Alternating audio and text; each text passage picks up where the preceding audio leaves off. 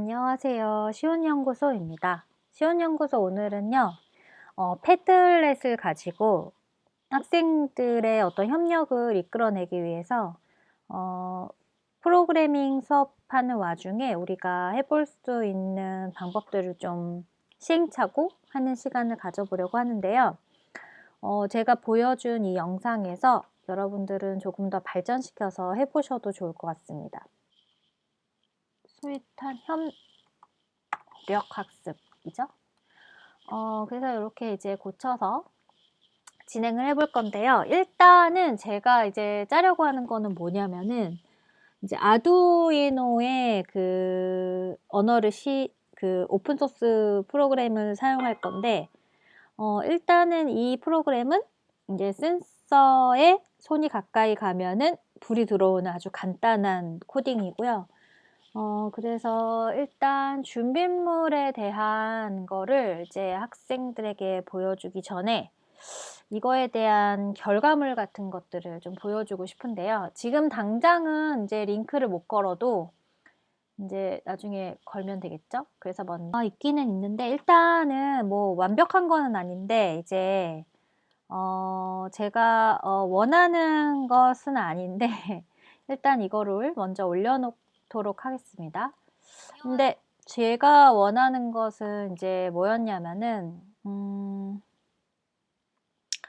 일단은 네, 제가 원하는 형태는 뭐였냐면 제가 좀 해보고 싶었던 것은 이제 좀 더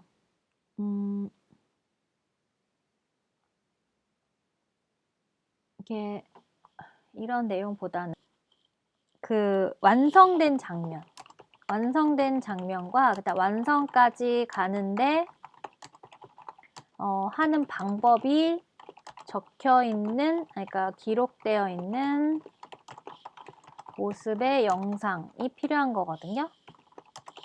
이제 이런 거를 이제 여러 개로 해가지고 애들이 이제 이거를 하나가 아니라 뭐 하나는 과정이고 뭐 이거는 이제 뭐 컴퓨팅 언플러그에 대한 다양한 활동 사례 같은 건데 이런 거 아니더라도 뭐 이제 여러 개를 이제 아이들한테 보여주고 아이들이 이제 이 활동을 직접적으로 하기 전에 이걸 통해서 좀 더 익힐 수 있게 도와주는 거죠.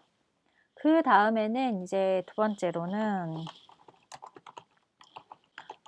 해보고 싶은 건데요. 여기에서는 이제 학생들에게 이제 질문을 하는데 직접적인 답을 주는 것이 아니라 학생들의 수행 정도를 살펴서 그 친구가 하나씩 단계를 밟아갈 수 있도록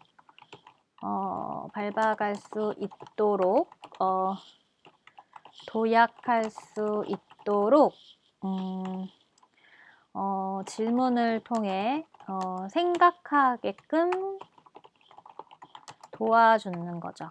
코칭과 스캐폴딩이라서 이제 학생들에게 질문을 하는데 직접적인 답을 주는 것이 아니라 학생들의 수행 정도를 살피는 거죠. 그다음에 게시물을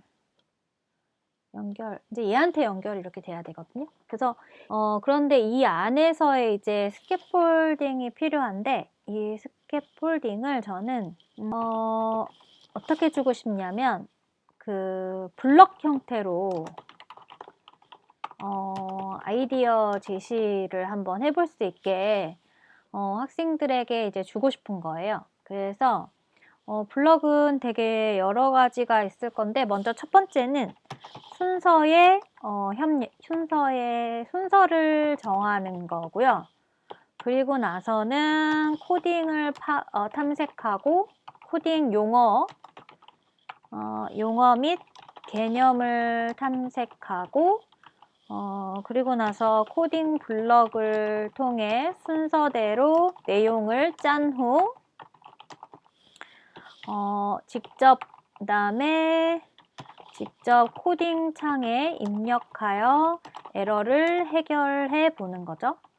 해결해 본다라는 거예요.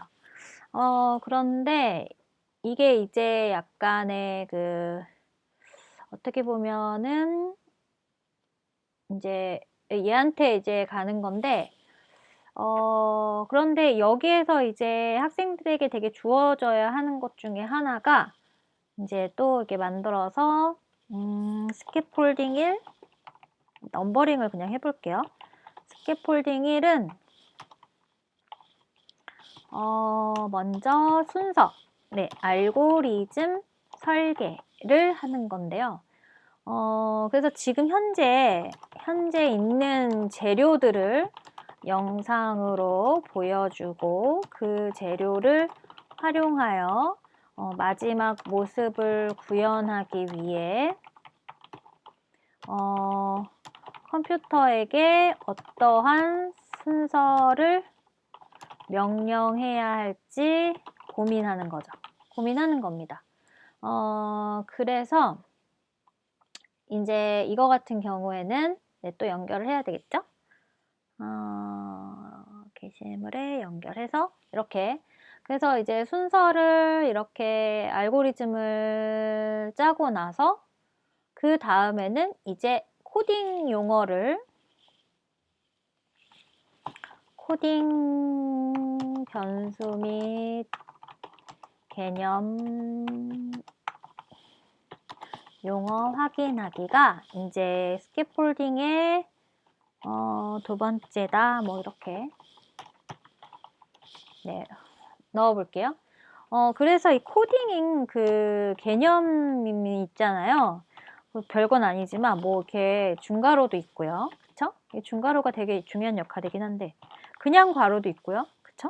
그리고 또 이제 우리가 오늘 할 이 간단한 그거에는 뭐가 있을까요? 그렇죠. 뭐 센서를 활용할 거니까 센서를 활용할 거니까 뭐 이런 거 있을 수도 있고요. 또 if 구문이 필요할 거예요. if 구문이 있을 수 있고 그 다음에 또 RGB가 필요하겠죠? 그리고 또 컬러를 주기로 했으니까 색 컬러가 활용이 될 거고요.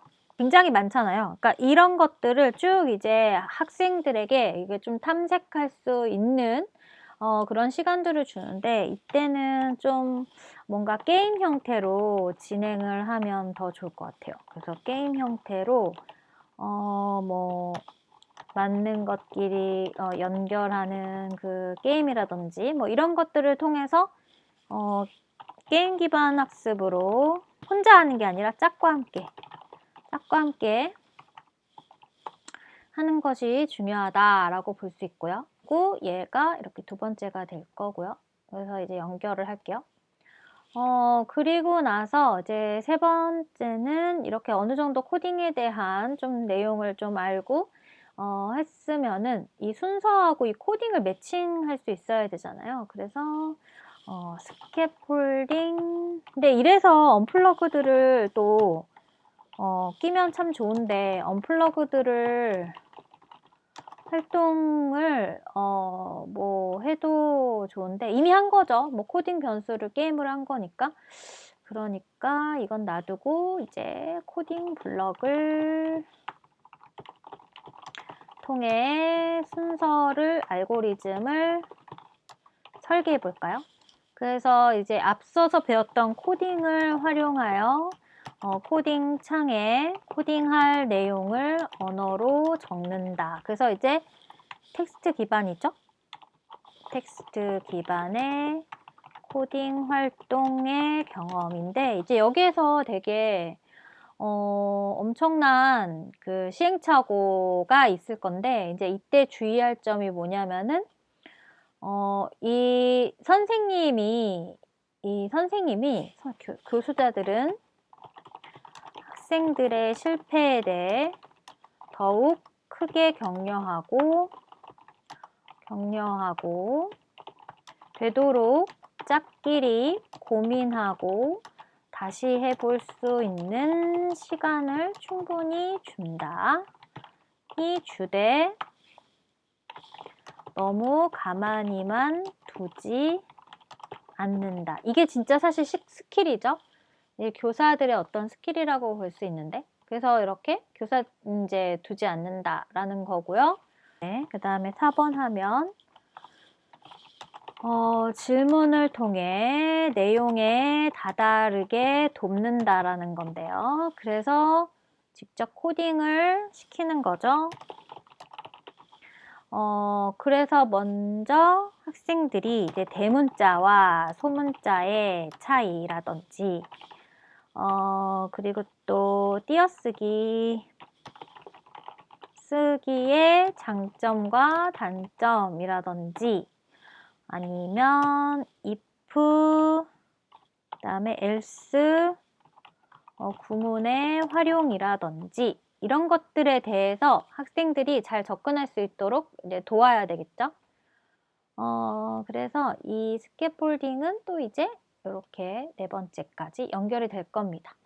근데 이제 이게 지금 제가 보여드렸던 이 루트가 되게 별거 아닌 것처럼 느껴지지만 선생님들은 이걸 준비하기 위해서 굉장히 많은 부분들을 해야 되는데 이런 것들도 사실 이제 링크를 거는 거죠. 이 링크를 걸어서 그 링크에 들어가서 게임할 수 있도록 그렇게 만들 수 있는 거죠. 요즘은 카웃이나 이런 것들을 통해서 우리가 직접 해볼 수 있는 그 디지털 툴이 되게 많고 또 제가 알기로는 아이스크림에서도 무료 그 디지털 그 툴을